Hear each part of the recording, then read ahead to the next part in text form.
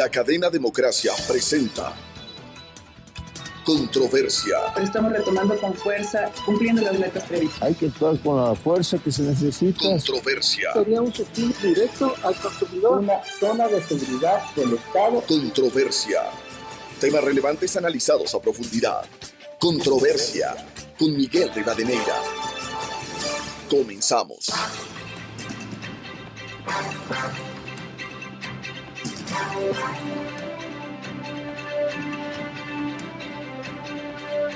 Un saludo cordial a los seguidores del programa Controversia en Escena que nos escuchan a través de XFM, Democracia M y Democracia TV.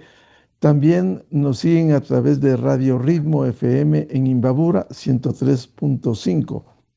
Hoy queremos poner en análisis la situación económica interna y la incidencia de la eliminación del subsidio indiscriminado que había al diésel y cómo direccionar los recursos a los sectores sociales cuando el gobierno ha empezado a dar sus compensaciones.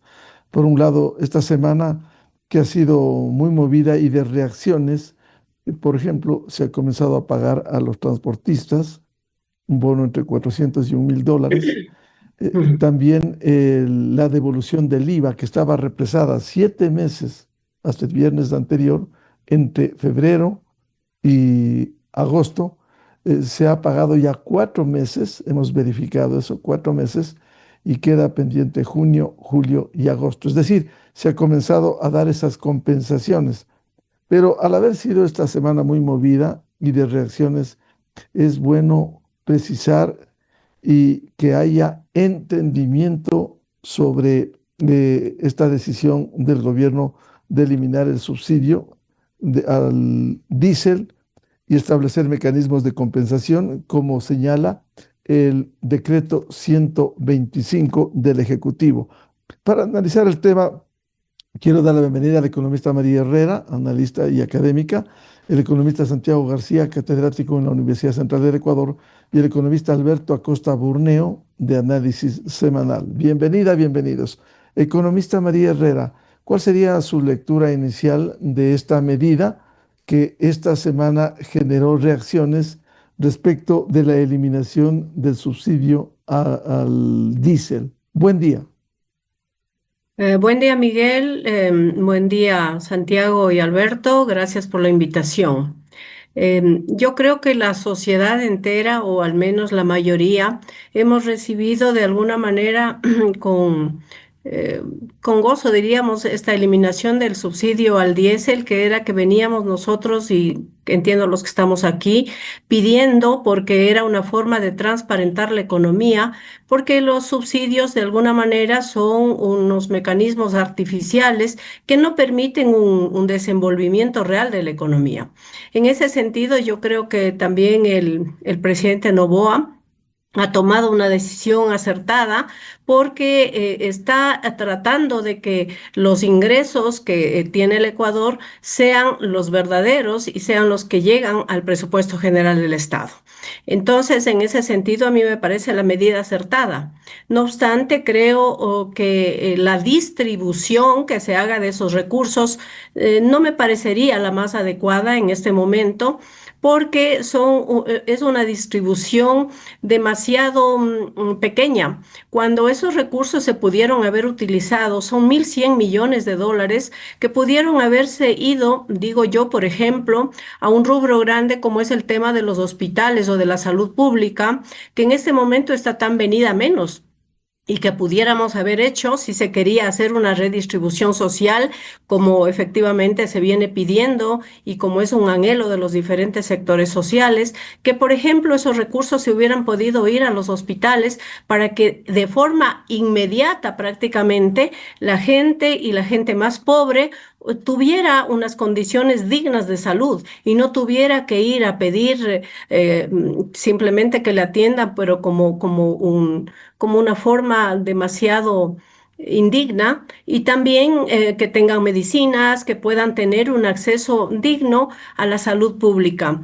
Pero se ha hecho una distribución que a mi criterio o a mi entender, hay algunos rubros que no se compadecen con una reforma estructural, que es la que también hemos venido pidiendo, y que podría esto habernos dado un cauce para que cambiemos, si bien la estructura de los ingresos, también la estructura de gastos. Cuando se habla, por ejemplo, de ese crédito a los agricultores de $1.000, pues yo pienso que $1.000 se convierten, y no solo ese, ¿no? Pero $1.000 se convierten en un dinero de bolsillo que no le permite al agricultor generar una inversión ni ser un capital semilla real para que pueda aumentarse la producción y para que pueda contribuir a ese crecimiento del PIB, por un lado, o de otro lado también mejorar las condiciones de vida de esa familia, de ese grupo de personas y de ese conglomerado social. Entonces, bueno, es un poco discutible eso, no sé qué digan mis colegas, pero yo creo que hubiera sido buenísimo que todos esos recursos apunten hacia un sector que bien pudo haber sido la salud, que bien pudo haber sido la educación, que bien pudo haber sido la obra pública, de manera que también el empleo, que es uno de los temas muy controvertidos y de difícil acceso de los ecuatorianos, pueda incrementarse. Me temo yo que esta distribución que se ha hecho no vaya a dar los mejores resultados y entonces nos quedamos sin 1.100 millones en la caja fiscal y sin tampoco esos usufructus, esos beneficios que pudieron haberse conseguido, porque estamos hablando de 1.100 millones, no estamos hablando de 100 millones, estamos hablando de un ingreso que hemos venido peleando muchísimo tiempo, de un ingreso que el Ecuador esperaba y que mucha gente creo que ha hecho conciencia de que cierto nivel de la población, hablemos clase media, estábamos siendo subsidiados de una manera que no correspondía y que estamos dispuestos a hacer un sacrificio para que el grueso de la población, ese veintitanto por ciento, 24, 28% de la población que está caracterizada como pobre, tenga acceso a unas mejores condiciones de vida. Y ese es un sacrificio que hace el país, más allá, claro, de otros rubros que creo que analizaremos más adelante, de que se quitan ciertos beneficios a quienes no tenían derecho y quienes estaban usufructuando a costa de que la gente, pues, de que la gente pobre, la gente que necesita, se sacrifique, ¿no? Como es el contrabando y como es el narcotráfico y como es la industria minera ilegal, etcétera, etcétera. Es decir, economista Herrera, usted está de acuerdo con la decisión del gobierno, sin embargo, el tema de compensación se puede ajustar partiendo de un hecho, y usted como académica lo sabe, los recursos escasean en el Estado, por un lado, por eso es el alto déficit fiscal, y por otro, la calidad del gasto. ¿Usted cree que se debe redireccionar eso, pero generando más producción, mayor productividad, mejores ingresos? Porque no podemos seguir gastándonos, aumentando el déficit si no hay los recursos. Así es. Yo creo que hay dos pilares fundamentales en la economía, o tres, pero analicemos en este momento dos. El uno es en los ingresos, y los ingresos ya estamos generando todos los ingresos que hemos podido. Hemos hecho una reforma tributaria, no nos olvidemos que el IVA subió del 12 al 15%. Hemos eliminado el subsidio a la gasolina, hemos eliminado el subsidio al gas, perdón, al diésel ahora, y el único que nos quedaría eliminar es el subsidio al gas. Entonces yo creo que eso es un gran avance en el lado de los ingresos, pero viene el otro lado. El otro lado es el control del gasto. Y entonces yo me temo que esto que ha costado tantísimo al Ecuador se pueda desvirtuar y se pueda quedar en nada. De hecho, esta redistribución no va a disminuir absolutamente en nada el déficit fiscal. Es más, un sobrante de 214 millones que dice después de la redistribución se van al gasto corriente. Entonces, bueno, hemos ajustado los ingresos, pero no ajustamos estructuralmente los ingresos de manera que podamos llegar a disminuir el financiamiento externo. Hoy el objetivo grande, el gran objetivo del Estado tiene que ser disminuir la deuda externa o interna también, pero disminuir la deuda de manera que podamos a futuro seguir achicando esa gran brecha entre los ingresos y gastos y acostumbrándonos a gastar lo que nosotros tenemos. Cierto es que nos va a faltar dinero, pero tenemos que hacer de eso una política de Estado. No tenemos que seguir aumentando los ingresos, pero manteniendo ese mismo nivel de gastos. Yo creo que eso es por un lado, y el otro pilar fundamental es que a la par de que aumentamos estos ingresos, esos tienen que irse hacia el sector productivo, porque es el sector productivo el único que nos va a generar lo que queremos: aumentar la producción, aumentar el empleo, y eso redundará en el nivel de vida de los ecuatorianos, porque ese es el objetivo del manejo económico y ese es el objetivo de bajar los subsidios, que es una política que hemos venido requiriendo mucho tiempo y que hoy por fin se lo ha hecho. Bienvenido al economista Santiago García, catedrático de la Universidad Central del Ecuador. Economista García, ¿cómo ve esta decisión del gobierno, esta eliminación del subsidio al diésel y la focalización en las compensaciones que se han comenzado a dar esta semana en diferentes sectores? Buen día. Está sin audio. Había bajado el audio. Saludaba a Miguel, gracias por la invitación, también a María y Alberto. A ver, y yo creo que el análisis de esta política de eliminación del subsidio al diésel tiene que partir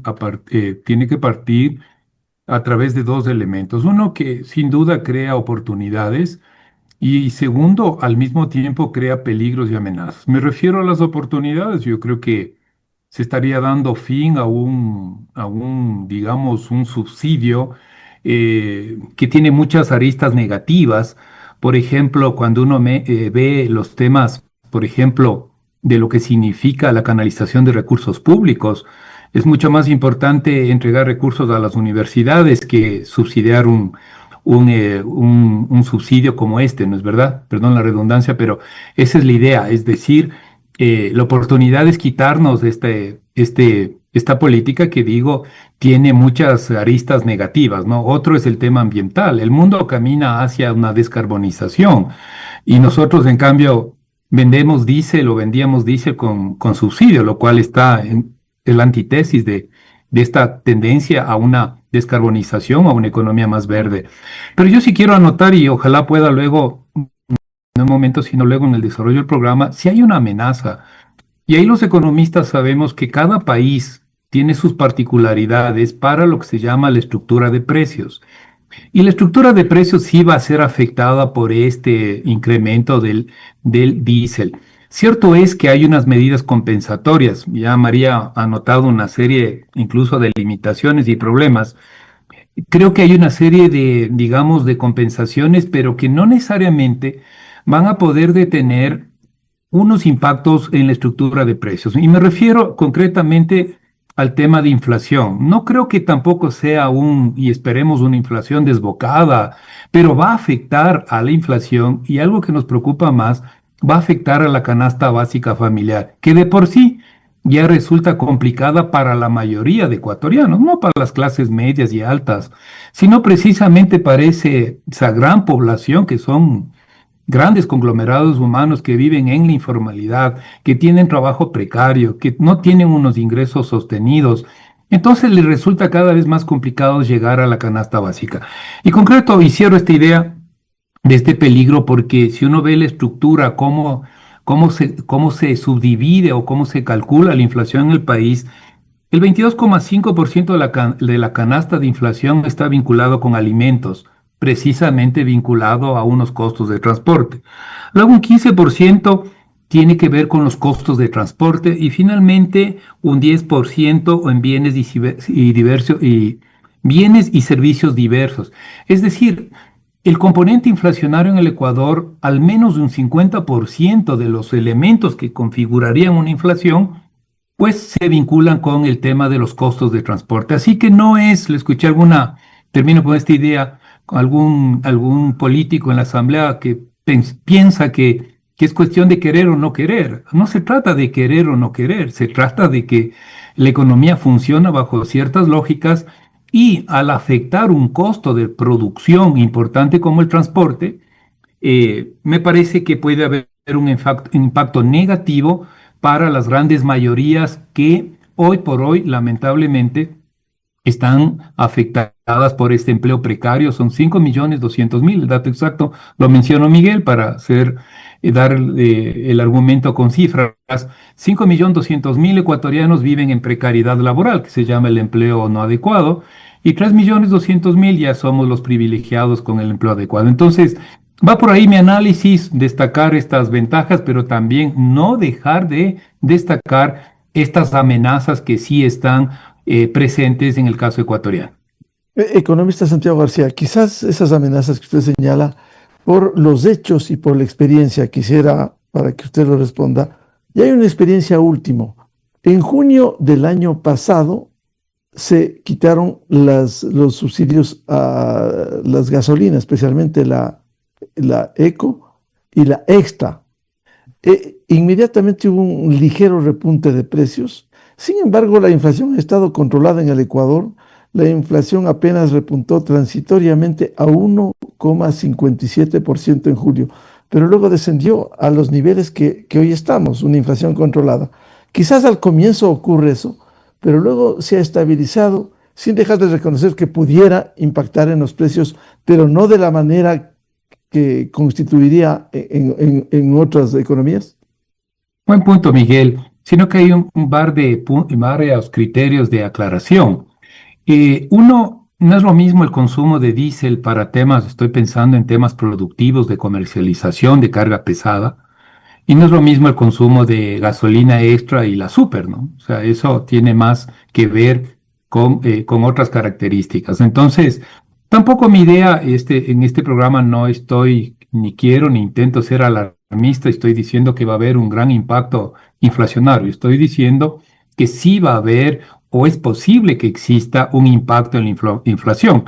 No tenemos todos los elementos para poder cuantificar y suponiendo que sea un impacto modesto o medianamente apreciable, lo que quiero dejar en claro que hay que relacionar esa variable de posible incremento de precio con la canasta básica. Y todos sabemos, voy a citar un último estudio, Miguel, del Banco Mundial, que lo acaban de publicar hace un mes.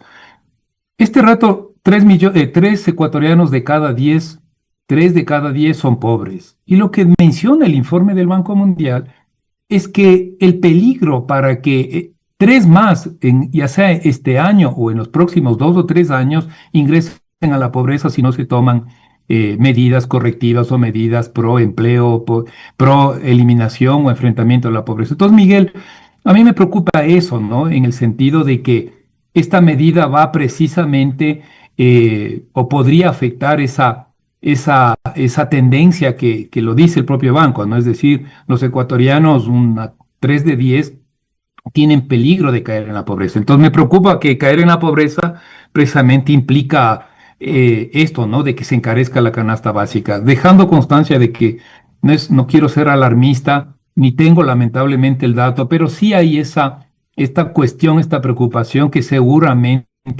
va a afectar el tema de crecimiento de precios de la canasta básica. Ahora, la medida compensatoria que hay, que María ya lo mencionó, por ejemplo, entregar estos recursos de 400 a $1,000 a las organizaciones del transporte de pasajeros, ese es un cortafuegos para que no suban los pasajes, ¿no es cierto, Miguel? Pero ¿dónde está el cortafuegos para no contener cualquier incremento de precios porque transporto alimentos, porque transporto materiales de construcción, porque transporto diferentes bienes que van al tema productivo y comercial? ¿Dónde está el cortafuegos? O sea, yo no lo encuentro. Entonces a eso me refiero, Miguel, esa preocupación que Santiago, si incluso me en el diseño de esta permite, política no está claro. Santiago, a propósito de lo que señala, pero también revisábamos hoy un informe de Justicia Vial, una organización no gubernamental que nos ilustra periódicamente, y las conclusiones, por ejemplo, en el caso de Quito, es una absoluta ineficiencia del sector del transporte, que claro, pudiera haberse impactado, pero allí está el informe, da cuenta de cómo se desperdicia por el exceso número de unidades cuando recorren casi vacíos. Correcto. Cito esto porque usted ha señalado el impacto Sí, sí. en el transporte. Ujú. Hay una ineficiencia. Aquí ni siquiera se ha querido resolver el tema de rutas y frecuencias, no se ha querido resolver el sistema integrado de recaudación. Sí, también pudiera ser, más allá del cortafuegos que usted señala, también un llamado de atención para que el sector del transporte también actúe y rectifique la actual estructura. Miguel, es que usted ahí pone el dedo en la llaga. Sí, yo creo que esa circunstancia de ineficiencia, de mal manejo de recursos está ahí, y bien que lo pone sobre la mesa de debate. Yo añadiría otro. Dentro de estas líneas de crédito, que es una de las medidas compensatorias que va a empezar con un valor para chatarización y eso le da entrada al transportista para recibir un crédito. Yo, por ejemplo, sí creo que, y se está dejando de lado, se está dejando de lado, por ejemplo, lo que podría ser una sana política de electrificación del sector de transporte público. Cito un dato que lo acabamos de ver. Bogotá avanza a pasos rápidos para que el transporte público, no me refiero al transporte público del municipio o del estado, sino al transporte público que está en manos de proveedores privados, van muy rápido en lo que significa buses eléctricos. Entonces me parece que para señalar y añadir a lo que usted comentaba, creo que también deberíamos debatir el rol que podrían tener los gobiernos locales y los municipios, porque ya lo han dicho, me van a dejar un gran problema porque en 8 meses ya no se entrega el subsidio al transportista y voy a tener que subir los pasajes. En ese contexto, creo que estos 8 meses o el tiempo que sea necesario deberíamos también mirar lo que acabo de mencionar. ¿Dónde está una sana política de avanzar en lo que significa electrificación del transporte público a través de proveedores privados? Y ya estoy mencionando una ciudad en concreto. Creo que es un buen punto también, Miguel, digno de debatirse y empezar a ver alternativas válidas necesarias para que todo esto finalmente lo que tiene que llegar a pasar es que los ecuatorianos podamos vivir algo mejor, ¿no? Eso es lo que al final de cuentas uno tiene que pensar cuando define políticas públicas como esta, ¿no? Eliminar un subsidio es una política. Pero al final tenemos que todos también, no es solo el Estado, también todos tenemos que contribuir para que lo que yo digo finalmente es las condiciones de vida de los ecuatorianos lo que finalmente importa en este tipo de acciones. Bienvenido al economista Alberto Acosta Burneo de Análisis Semanal. A ver, partamos de un hecho, de lo que ha ocurrido hasta antes de este decreto 125 que elimina el subsidio. ¿Qué estaba pasando en el país? Quizás no se desperdició tanto tiempo entregando subsidios indiscriminados que no necesariamente iban donde los pobres, sino que se beneficiaban quienes podían pagar. Muy buen día, economista Alberto Acosta Burneo. Muy buenos días, un gusto estar con ustedes. Definitivamente los subsidios a los combustibles fueron un despropósito histórico para el Ecuador. Hemos desperdiciado, despilfarrado la riqueza petrolera, un valor presente de más de 60.000 millones de dólares para alimentar vehículos en lugar de destinarlos a invertir en las personas. Si hubiésemos educado esos 60.000, si hubiésemos destinado esos 60.000 millones a educación, por ejemplo, el país hubiese dejado de ser subdesarrollado hace muchísimos años. Si lo hubiésemos destinado a salud, a seguridad. Esos son los errores que ha cometido el país. Y lo más grave de este subsidio es que es un subsidio a los más ricos. Es un subsidio absolutamente regresivo.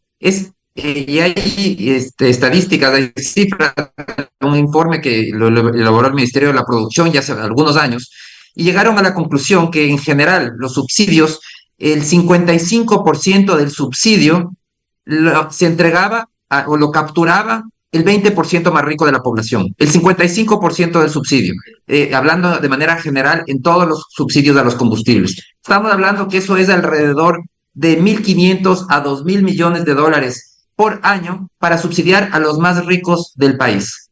Es una situación realmente absurda a un país pobre como el Ecuador que destine esa cantidad de recursos. ¿Y cuánto se destinaba a los más pobres, al quintil más pobre? 3%. 3% de subsidios combustibles llegaba al quintil, al 20% más rico de la población. Por eso también es que es tan absurdo cuando sale la CONAIE a decir yo quiero defender el subsidio a los combustibles porque así protejo a los más pobres. Es todo lo contrario. Debería estar atacando al subsidio y diciendo usted focalíceme, ese subsidio está dando la plata a los más ricos cuando usted debería dar esos recursos escasos a los más pobres. Esa debería ser una política correcta de la CONAIE o de los grupos sindicales. Pero esos son los absurdos de la política ecuatoriana, en donde quienes deberían defender a los pobres realmente defienden a los más ricos. Entonces, definitivamente, el subsidio de los combustibles fue un error histórico y por eso es que es tan importante la decisión que ha tomado el gobierno de ir hacia la focalización. El gobierno ha creado transferencias con varios objetivos. Por supuesto, tiene objetivo político, evitar la oposición a la medida, pero también son transferencias que redistribuyen esos recursos. Hay transferencias para que no suba el precio de la tarifa de transporte público. Me parece muy importante porque los más vulnerables precisamente se mueven en transporte público. Va a haber un incremento de 55,000 familias en los beneficiarios del bono de desarrollo humano.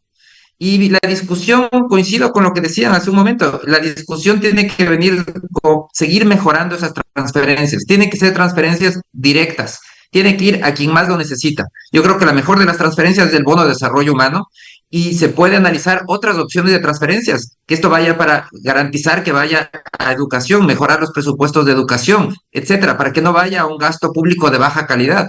Hay que seguir trabajando en la calidad del gasto con un concepto claro, priorizar en salud, educación, seguridad.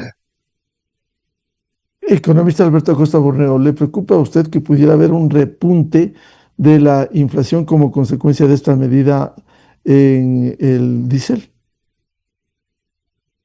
Mire, hay muchos mitos en relación con los combustibles. Recuerde cuando antes de incrementar los precios de las gasolinas, ya se decía, cuando se elimine el subsidio de las gasolinas, lo primero que se decía es que ese gobierno se cae.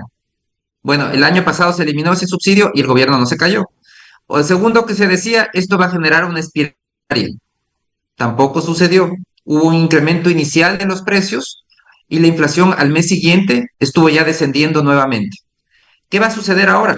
Por supuesto que va a haber un reajuste de precios en toda la economía, porque de una u otra manera todo utiliza diésel, pero la fracción que representa el diésel del costo de producción es distinto en cada producto y generalmente más bien es un rubro bastante pequeño.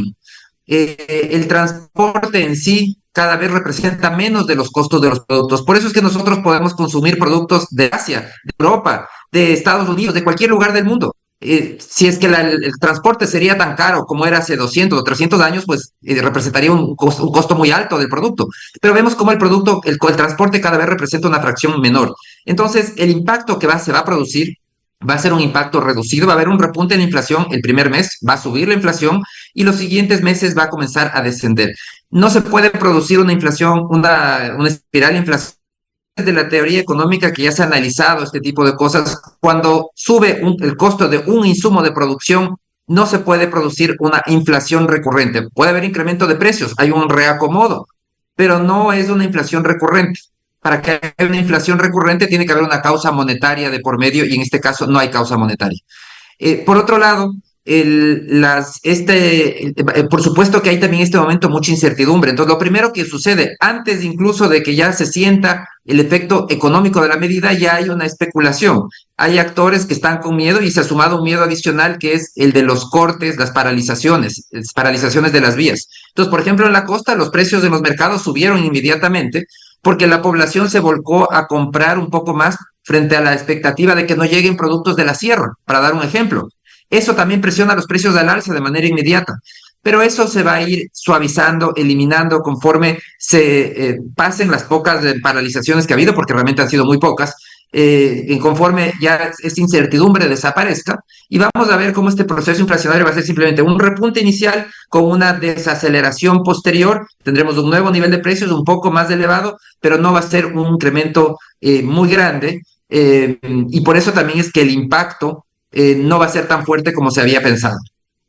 Economista Alberto Acosta Borneo, y el tema de compensaciones que se refirieron María Herrera y Santiago García, ¿cómo mejorar esas compensaciones a fin de que vayan a sectores importantes como era salud, educación, seguridad? Yo creo que ahí tiene que definirse bien los destinos de los recursos, tratar de que no vaya simplemente para seguir financiando un gasto de mala calidad. Hay que trabajar desde el lado del gasto. Y eso significa que garantizar que una parte de estos recursos también va a ir para financiar presupuestos de salud, de educación o de seguridad, que son temas prioritarios. Que el problema es que todo entra a las arcas fiscales y todo se distribuye en la necesidad de un presupuesto que gasta y gasta cada día más, pero que no se transforma en calidad del gasto. Entonces, sí, yo creo que la principal medida de compensación tiene que venir por el lado del bono de desarrollo humano. Creo que esa es la más importante, es la mejor de las compensaciones que existen, porque es una compensación focalizada, no es una compensación generalizada que llega a todo el mundo y al que no debe, sino que esa llega precisamente a quien más lo necesita. Entonces, ese tipo de compensaciones tiene que seguir fortaleciéndose, mejorando las características de esa compensación, darle servicios adicionales para ayudarle a salir de la pobreza y para que deje de necesitar el bono, que ese sería el éxito del bono, es que no lo necesiten en el futuro. Entonces, hay que seguir trabajando en esas compensaciones. También me parece importante que el gobierno sostenga una compensación en movilidad urbana y interprovincial para el transporte público, para que de esa manera tenga un beneficio a la población de menores de ingresos, esto también llega directamente a la población de menores de ingresos. Entonces, son cosas focalizadas, mientras se mantengan esquemas focalizados de compensación, me parece que está logrando un buen objetivo. El gobierno también va a lograr ahorrar, yo estimo que el ahorro neto podrá ser tal vez de esos 1.100 millones de dólares, que es el presupuesto de diésel, probablemente logre ahorrar unos 600 a 700 millones de dólares netos, el resto serán compensaciones. Y hay un beneficio muy importante de todo este proceso, es que finalmente vamos a preocuparnos por la eficiencia. Ya no podemos seguir desperdiciando recursos, no podemos seguir viviendo como que el diésel no cuesta nada. Los combustibles cuestan y siempre costaron. Lo que pasa es que como ciudadanos los pagábamos de manera indirecta, no pagábamos cuando tanqueábamos, sino que pagábamos vía los impuestos que tenemos que pagar, que era una manera también de pagar eso, al final no eran gratis. Pero en este momento sí, el país va a ir hacia una eficiencia energética, porque ya es prioritario. Este de momento, por ejemplo, para la gasificación del Ecuador, es un absurdo que el país esté tan atrasado en usar gas natural. El gas natural es un combustible 30% más barato que el diésel. Por eso es que en la región, en América Latina, alrededor del 30% del consumo energético es gas natural. Adivinen cuánto es en Ecuador. No llega ni siquiera al 1%.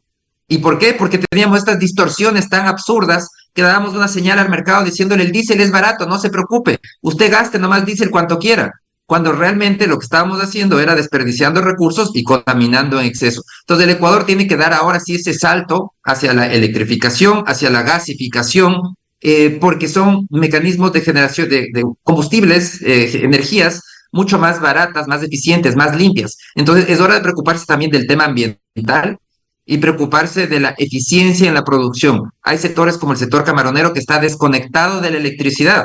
Necesitan electricidad para ser competitivos. Tienen que usar un diésel que no está subsidiado ya desde hace algunos años y eso les destruye competitividad. Pues hay que trabajar en la electrificación.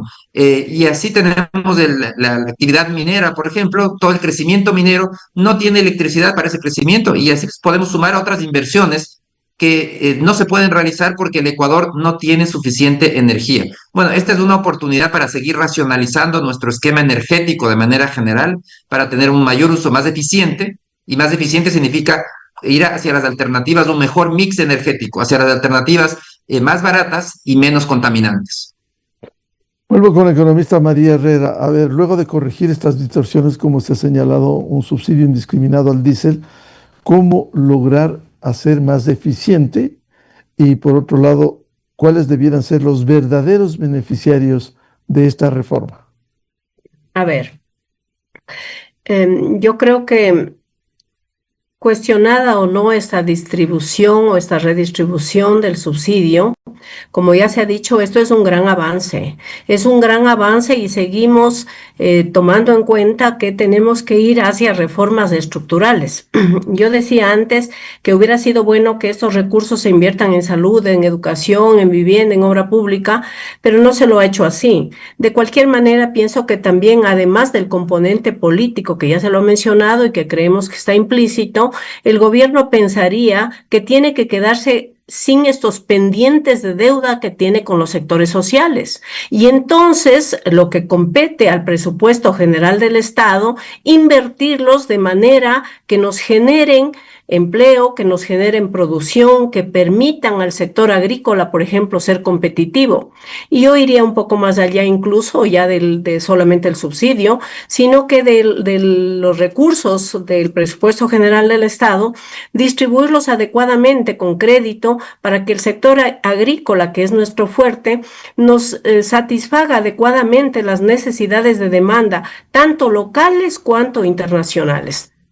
Creo que habría que aprovechar, obviamente, esta coyuntura para acercarse a los diferentes sectores sociales, para hacer que estos sectores sociales sean parte de la política del Estado y que no haya esta confrontación tan mala que ha habido entre los diferentes sectores, que es lo que ha dañado la paz del Ecuador. Entonces, parecería que el gobierno de alguna manera está logrando no solamente una compensación económica, sino también una viabilidad social, porque de lo que todos hemos podido observar, esto que ha sido realmente una cosa monstruosa para otros gobiernos, acordémonos lo que pasó cuando Lenín Moreno no pudo hacerlo, se deshizo todo el tema de quitar este subsidio, aparte de hacer un programa televisivo donde se confrontaba a los diferentes sectores. Hoy se lo ha hecho y me parece que esto ya está consolidado, esto ya está oleado y sacramentado.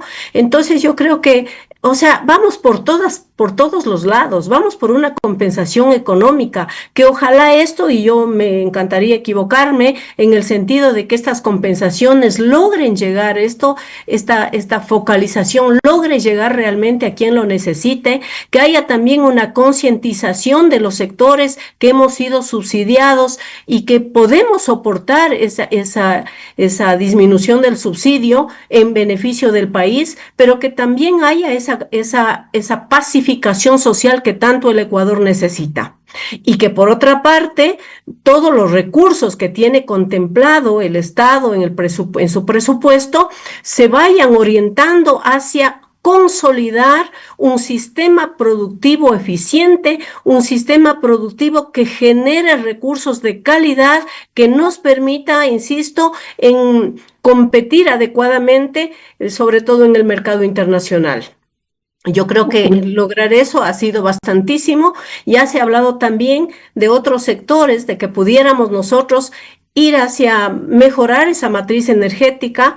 Se ha empezado ya con la producción de energía eólica en Loja, por ejemplo. Sería bueno que eso se multiplique, se dinamice de tal manera este sector que nosotros a futuro pudiéramos ya contar con energías limpias que reemplacen a estas energías que han sido dañinas para el medio ambiente, pero que adicionalmente también nos generen beneficios colaterales, tanto al sector productivo, al sector económico, al sector social, para que nosotros podamos ir, como yo decía antes, quitándonos esa carga que tenemos, esa carga de financiamiento externo que nos hace realmente dependientes del exterior, y dependientes porque solamente ahora entiendo que tenemos una deuda, unas necesidades de pago por amortizaciones de la deuda de más de 5.000 millones. Y eso es durísimo. Eso significa que nosotros estamos trabajando para poder pagar lo que debemos y seguimos endeudándonos para pagar, endeudándonos para pagar. Es hora de que realmente haya un despegue de la economía nacional, que aprovechemos de esta coyuntura, insisto, para que podamos aprovechar los recursos que tenemos, que el Ecuador ha hecho tanto sacrificio, y podamos invertirlo. Aprovechemos también los acuerdos comerciales que está haciendo el presidente, y que podamos poder colocar nuestros bienes y servicios en otras economías. Pero para que eso suceda, primero tenemos que tener la producción, Miguel y amigos. Primero tenemos que generar bienes y servicios de calidad, competitivos en precios, competitivos en todo lo que podemos, para que podamos colocar esa mercancía fuera. Y también, obviamente, aprovechar el riesgo país que ha disminuido para que esto que fue en realidad este subsidio, que ya fue no diría yo condición, pero un requisito de alguna manera de los multilaterales para poder obtener crédito, que nos den la posibilidad de atraer esa inversión extranjera que tanto el país necesita, y también la local y también la nacional, para que podamos despegar, porque el Ecuador lo que necesita es un despegue y no vivir un poco atormentados por ese ciclo, diría yo, negativo, de no tener producción, no tener renta, no tener demanda, no tener empleo. Entonces, cambiar un poco el esquema, cambiar un poco de ese círculo vicioso a un círculo virtuoso, y poder nosotros enfrentar un poco las condiciones de demanda de la economía global y insertarnos en ese gran apogeo, diría, de la economía latinoamericana, de los grandes recursos que tiene la economía latinoamericana y necesidades de la economía mundial, para poder contribuir adecuadamente en beneficio nuestro y en beneficio internacional también. Economista María Herrera, a propósito de lo que señalaba y nos recordaba el pasado reciente, cuando se intentó eliminar los subsidios, ¿cree usted que una vez tomada esta medida, porque hay planteamientos de orden político, que debiera ser revisada, esta medida no debe ser revisada ya?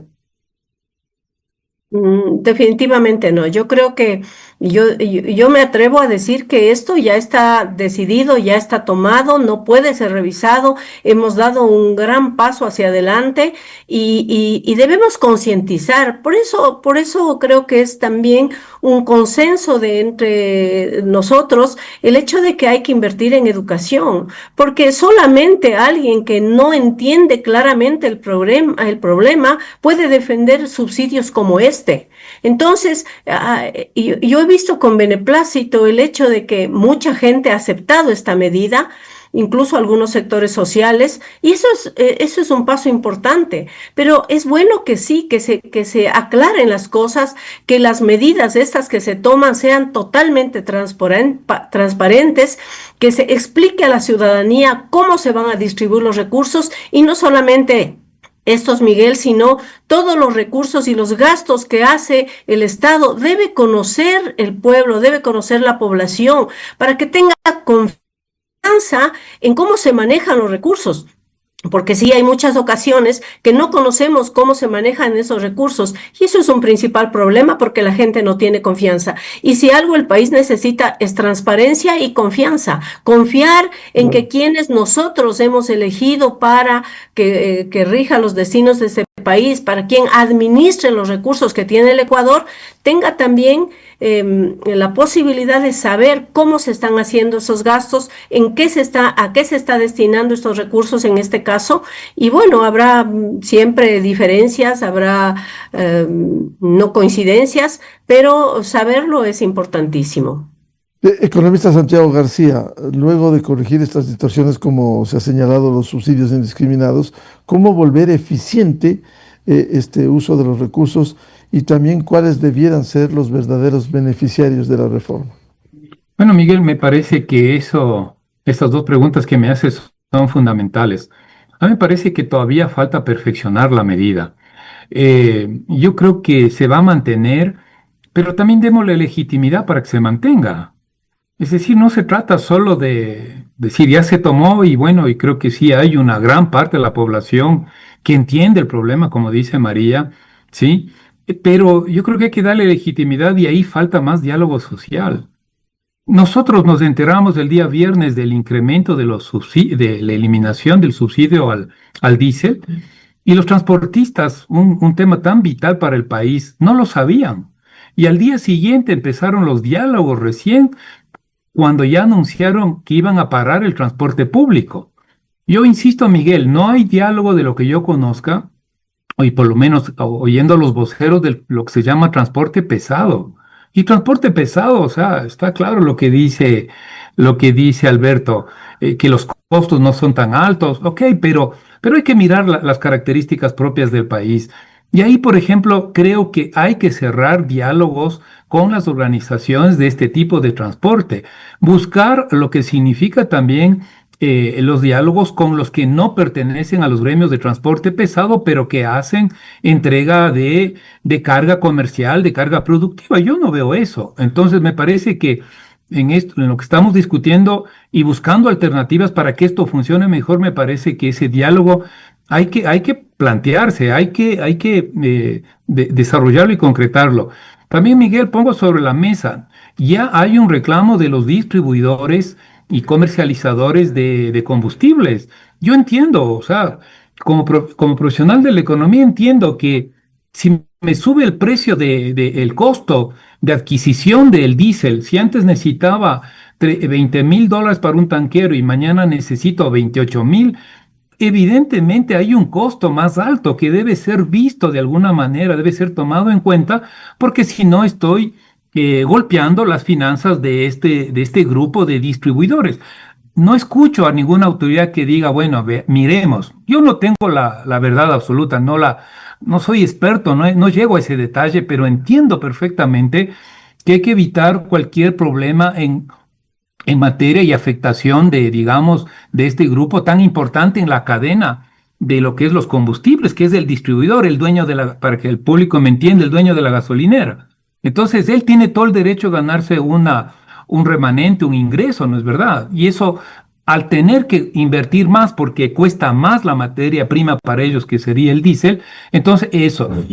De otro lado también, para que... Eso como digo, implicaría sí, mejorar el margen de utilidad, economista García, posiblemente, Miguel.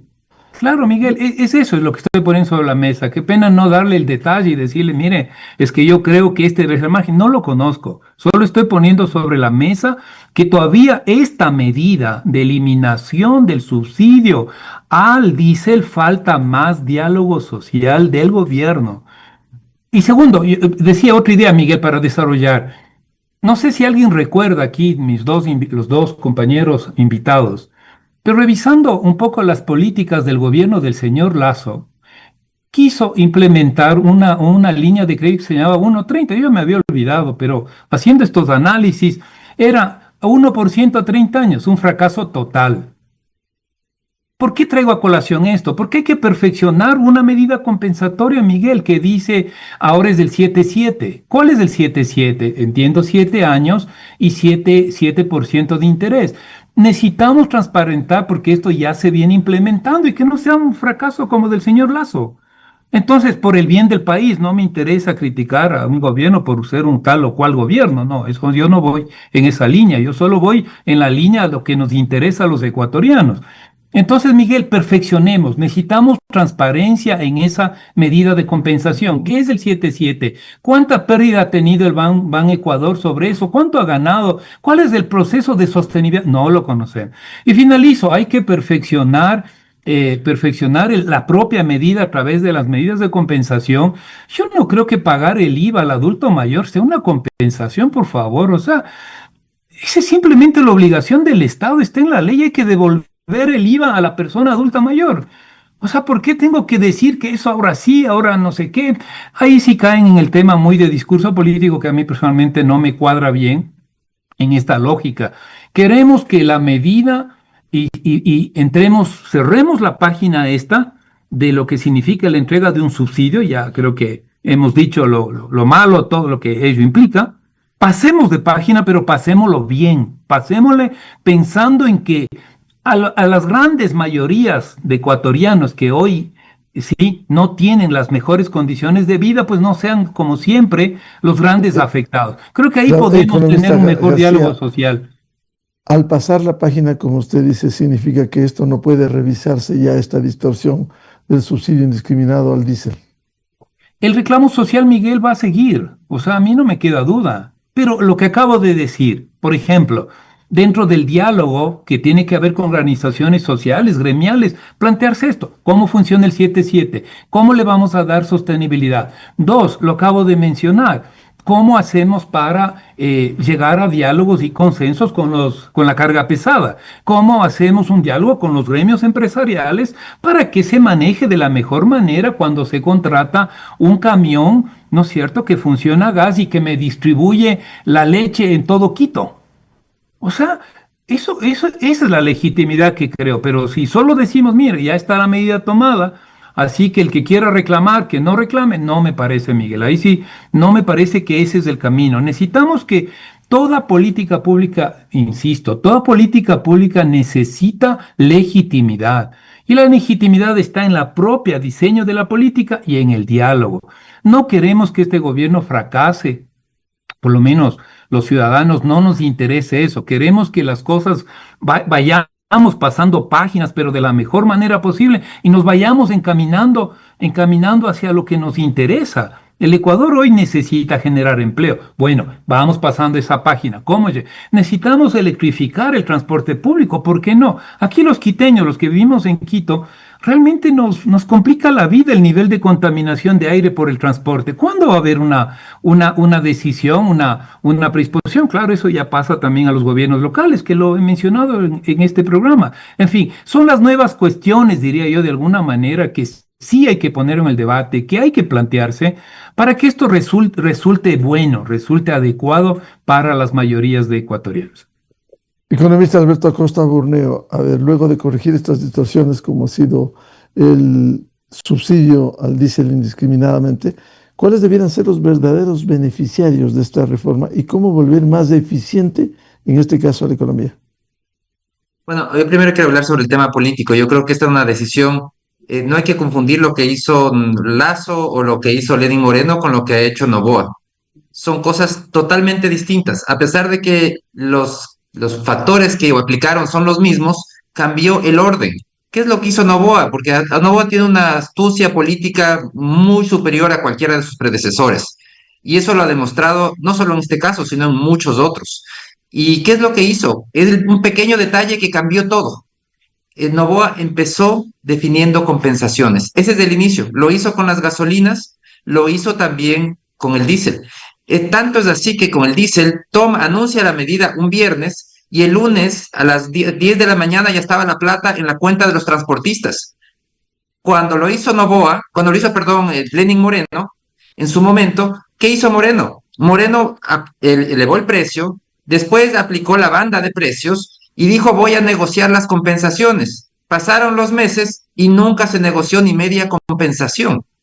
Entonces, lo que hizo ahora Noboa es totalmente inverso, cambia el orden, empieza con las compensaciones por delante. ¿Y qué logra con eso? Logra desactivar la oposición organizada. No ha habido oposición a esta medida organizada, no hay, no hemos visto. Se han cerrado 4 puntos en el país, 5 puntos en el país. No hay una reacción masiva como existió durante el gobierno de Lasso o con el gobierno de Moreno. ¿Y por qué no existió? Por esa astucia política de poder entender que hay que dividir esa oposición organizada, empezando con las compensaciones. Quienes podían reclamar esos grupos organizados de transportistas públicos son los que están recibiendo esas compensaciones. Al día lunes ya había 1.600 transportistas inscritos en el programa para recibir entre 400 y $1.000 al mes. Entonces, de esa manera, es una medida muy bien pensada. No es un tema de valentía lo que ha hecho, es un tema de astucia lo que ha hecho, de hacer un esquema bien organizado y bien pensado. Y por eso es que también tiene mucho más éxito, mucha más probabilidad de éxito, igual que tuvo cuando se eliminó el subsidio de las gasolinas, que se hablaba, no, a Lasso casi que lo votan por eso, a Moreno también, le va a pasar lo mismo a Noboa. No, es que no le iba a pasar lo mismo porque cambió el orden de los factores. Y la misma receta que hizo con las gasolinas, la está aplicando ahora con el diésel. Y esa es la gran diferencia. Por otro lado, en cuanto a los transportistas pesados, yo creo que el gobierno debería ser muy claro con ellos. No tiene nada que conversar con el transporte pesado, nada. La tarifa del transporte pesado es libre. No hay precios políticos del transporte pesado. Ellos tienen que ir a cobrar conforme a oferta y demanda. Ha subido un costo de producción, ellos tienen que subir su tarifa y el mercado les dirá hasta dónde lo pueden subir. Tienen que descubrirlo en el mercado. Algunos dirán, es el momento de duplicar mis servicios. Que lo intenten, a ver cuánto tiempo duran en el mercado y qué tan rápido terminan perdiendo sus clientes. Entonces, en el caso del transporte pesado, simplemente tienen que ajustarse a la nueva realidad, no tienen por qué pedir que el gobierno se meta de por medio. En el transporte de personas es distinto, porque ahí sí el gobierno está garantizando que no haya cambio en la tarifa para cuidar a las personas más vulnerables. Entonces, en ese caso es donde aplica este esquema de compensaciones de 400 a $1.000 mensuales. Yo creo que es una cuestión de tiempo, la economía se va a ir ajustando a la nueva realidad, nos iremos acostumbrando. Al final del día no hay marcha atrás en esta medida, definitivamente, y las condiciones que tuvieron el gobierno de Noboa no es del gobierno de Lasso y no es del gobierno de Lenin. Las condiciones son distintas, el momento es distinto y la estrategia aplicada es totalmente distinta. Como secuela de esta decisión del presidente de la República, la eliminación del subsidio indiscriminado al diésel, quisiera plantearles a nuestros invitados cuáles debieran ser las prioridades hoy en estas condiciones. Economista María Herrera. Yo creo que la prioridad a nivel macroeconómico es la calidad del gasto. Y ya se ha demostrado que el gobierno está focalizando estos recursos, que esa focalización sea adecuada, que no sea política y que el gasto sea de calidad. ¿Qué piensa el economista Santiago García? ¿Cuál debiera ser las prioridades en estas condiciones, en este momento económico que vive el Ecuador? Decía que para ser coherente con lo que he expresado en este programa, hay que cerrar bien esta medida y profundizar los diálogos. Yo sí creo que el diálogo no hace daño, aunque tengamos una economía de mercado. Creo que debe mantenerse ese diálogo con los sectores que estén obviamente dispuestos a hacerlo para encontrar salidas consensuadas. Eso de una parte. De otra parte, me parece que el Ecuador está saliendo poco a poco de la crisis económica. El año anterior decrecimos menos 2%, Miguel, eso lo sabemos, se lo ha dicho. Me parece que hoy en día necesitamos prioridad para la política productiva y ahí no encontramos todavía fuerza. Yo sé que los acuerdos comerciales son importantes, claro, es importante para el sector exportador, pero necesitamos más política productiva para la mediana empresa, la pequeña empresa, para el campesinado, para la economía popular y solidaria. Me parece que ahí debería ser una de las prioridades, incluso para consolidar esta recuperación económica, porque en caso contrario se vuelve una quimera el tema del empleo, que sí, ahí hay todavía un gran déficit, y no le culpa al gobierno porque son procesos, como decirlo, estructurales de largo plazo, ¿no? Esto del empleo informal y precario, pero yo entiendo perfectamente que todo eso se puede hacer con cambios de política y el Ejecutivo tiene un rol protagónico precisamente para sostener esta política, como la digo yo, productiva y de empleo. Y en ese sentido, el tema del empleo, ¿cómo pudiera verse, economista García? Bueno, por ejemplo, sí, hasta el mes de agosto que se hicieron unas mediciones, ha habido una recuperación del empleo adecuado. Nos contentamos con eso. Pero cuando uno mira las estadísticas en su globalidad, casi está intocado el empleo inadecuado. Por ejemplo, el subempleo, que es algo doloroso para un ecuatoriano, ¿no? En el sentido de que teniendo capacidades de trabajo, como mis estudiantes de la Universidad Central, titulados, salen y no encuentran trabajo, encuentran un trabajo a cuarto de tiempo con ingresos precarios. Entonces, o sea, es que las cosas, a mi modo de ver, no son todo malo ni todo bueno, sino que hay que aprender a leer las cosas de una forma muy objetiva, de los límites, de las posibilidades que se dan. Como acabo de decir, en buena hora ya se marca una recuperación del empleo adecuado, pero es insuficiente para enfrentar, como acabo de mencionar, el empleo precario. Entonces, ahí va, ¿no? Ahí hay que reactivar la economía. Si no hay mayor producción, no habrá empleo, eso lo sabemos los economistas. Entonces se requiere esa voluntad, esa decisión política que es necesaria, que es indispensable, ¿no? Con claridad, con diálogo. Yo siempre creo en el diálogo. Hoy en día toda política pública se ha demostrado, en la medida que la sociedad participe, se hace una política pública efectiva. Ya no es ese discurso de antaño, ¿no? Donde el superestado, algunos creen que el Estado puede resolver todo o que el mercado puede resolverlo todo, ¿no? Hoy hay otro tipo de enfoques que creo que hay que asumirlos, y me atrevo a decirlo, políticamente también, ¿no? Para que el país pueda salir adelante. Economista Alberto Acosta Borneo, ¿cuáles debieran ser las prioridades en la economía ecuatoriana con esta coyuntura como fue la eliminación del subsidio a los combustibles? Bueno, la prioridad sigue siendo la de siempre, crecimiento económico, porque eso es lo que va a generar empleo, más bienestar en la población. Entonces, para eso tenemos que romper la trampa del bajo crecimiento. Hay que hacer cambios estructurales para liberar la inversión, que el país sea un país para invertir. La inversión es el motor del crecimiento. Para eso hay que hacer algunas cosas. La primera es eliminar barreras de entrada para la inversión.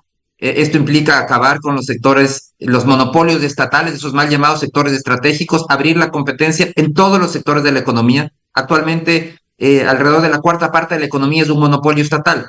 Eso tenemos que acabarlo, que sea libre competencia en todos los sectores.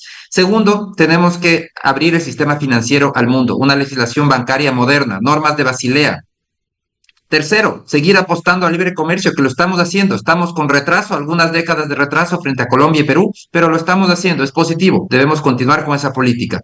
Cuarto, modernizar el mercado laboral, adoptar las mejores prácticas internacionales. Y quinto, tener un Estado con calidad del gasto. Trabajar desde el lado del gasto. Abandonar esa obsesión de cantidad de gasto y transformarla en una obsesión de calidad de gasto. Ahora, en el tema del empleo, economista Costa Borneo, ¿cómo debiera enfocarse? ¿Se necesita una reforma laboral? Se ha hablado del nuevo Código del Trabajo. ¿Cómo debiera enfrentarse esto para romper ese esquema del alto porcentaje de informales en el Ecuador? Bueno, por un lado, para que haya más empleo tiene que haber crecimiento económico, tiene que haber producción, y para que haya producción tiene que haber inversión. Entonces, si no logramos elevar la inversión, no vamos a solucionar los problemas del empleo.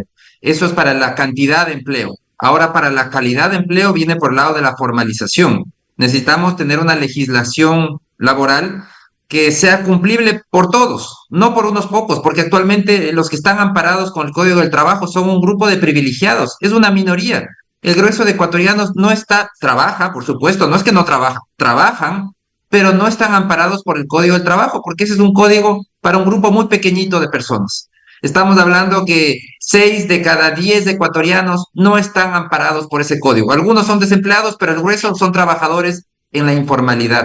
Entonces necesitamos aplicar un nuevo código, porque el que tenemos desde hace más de 80 años, cuando ni siquiera existía el Internet. Necesitamos un código que reconozca que el mundo cambió y la pandemia hizo un cambio aún mayor. Cuando se hizo ese código, el código que tenemos en la actualidad, no había ni siquiera Internet. Ahora tenemos un tipo de relaciones laborales totalmente distintas, trabajos distintos, remotos, continuos, discontinuos, todo tipo de opciones. Entonces necesitamos adoptar las mejores prácticas internacionales y modernizar nuestra legislación para reconocer que el mundo cambió. Economista María Herrera, a ver, un apunte final sobre el tema específico de cómo reactivar el empleo en el Ecuador y afrontar esta situación especialmente de los informales. Bueno, ya está dicho, ¿no? Yo creo que aquí no hay discusión. Inversión es lo que necesitamos y crecimiento productivo. Sin eso no hay crecimiento del empleo. Y la reforma laboral, porque fuera de la ley existen unas formas de contratación. Lo que tenemos es que formalizar eso para que la gente pueda tener la posibilidad de trabajar de forma segura. Entonces yo creo que eso sí es un pendiente del gobierno. Y en ese sentido yo decía, por ejemplo, todo lo que se está haciendo a nivel internacional para recurrir a la inversión es una buena medida. Tenemos que lograr que la inversión llegue. En eso el Riesgo País nos está ayudando también para ver si los inversionistas extranjeros llegan con sus capitales al Ecuador. Es la única forma, no existe otra. Busquemos donde busquemos, no existe otra. Solamente el crecimiento productivo es el que nos va a dar la posibilidad de generar empleo, de generar bienes y servicios, de exportarles, de traer divisas y de que la economía tenga más capacidad de crecimiento. Es decir, volver, como dije antes, en un ciclo virtuoso y no vicioso. Bien, quiero agradecer la participación, el aporte valioso que han dado al análisis a propósito de la eliminación del subsidio al diésel, que era indiscriminado, y la focalización y la compensación que se ha comenzado esta semana a dar más allá de las reacciones que ha habido también durante esta semana. Muchas gracias a la economista María Herrera, analista y académica, el economista Santiago García, catedrático en la Universidad Central, y el economista Alberto Acosta Borneo de Análisis Semanal. Muy amables su participación. Gracias también, buenos días. Muchas gracias, un gusto. Gracias, Miguel, gracias. Muchas gracias. Con esto cerramos el programa Controversia en Escena a través de XFM, Democracia M y Democracia TV.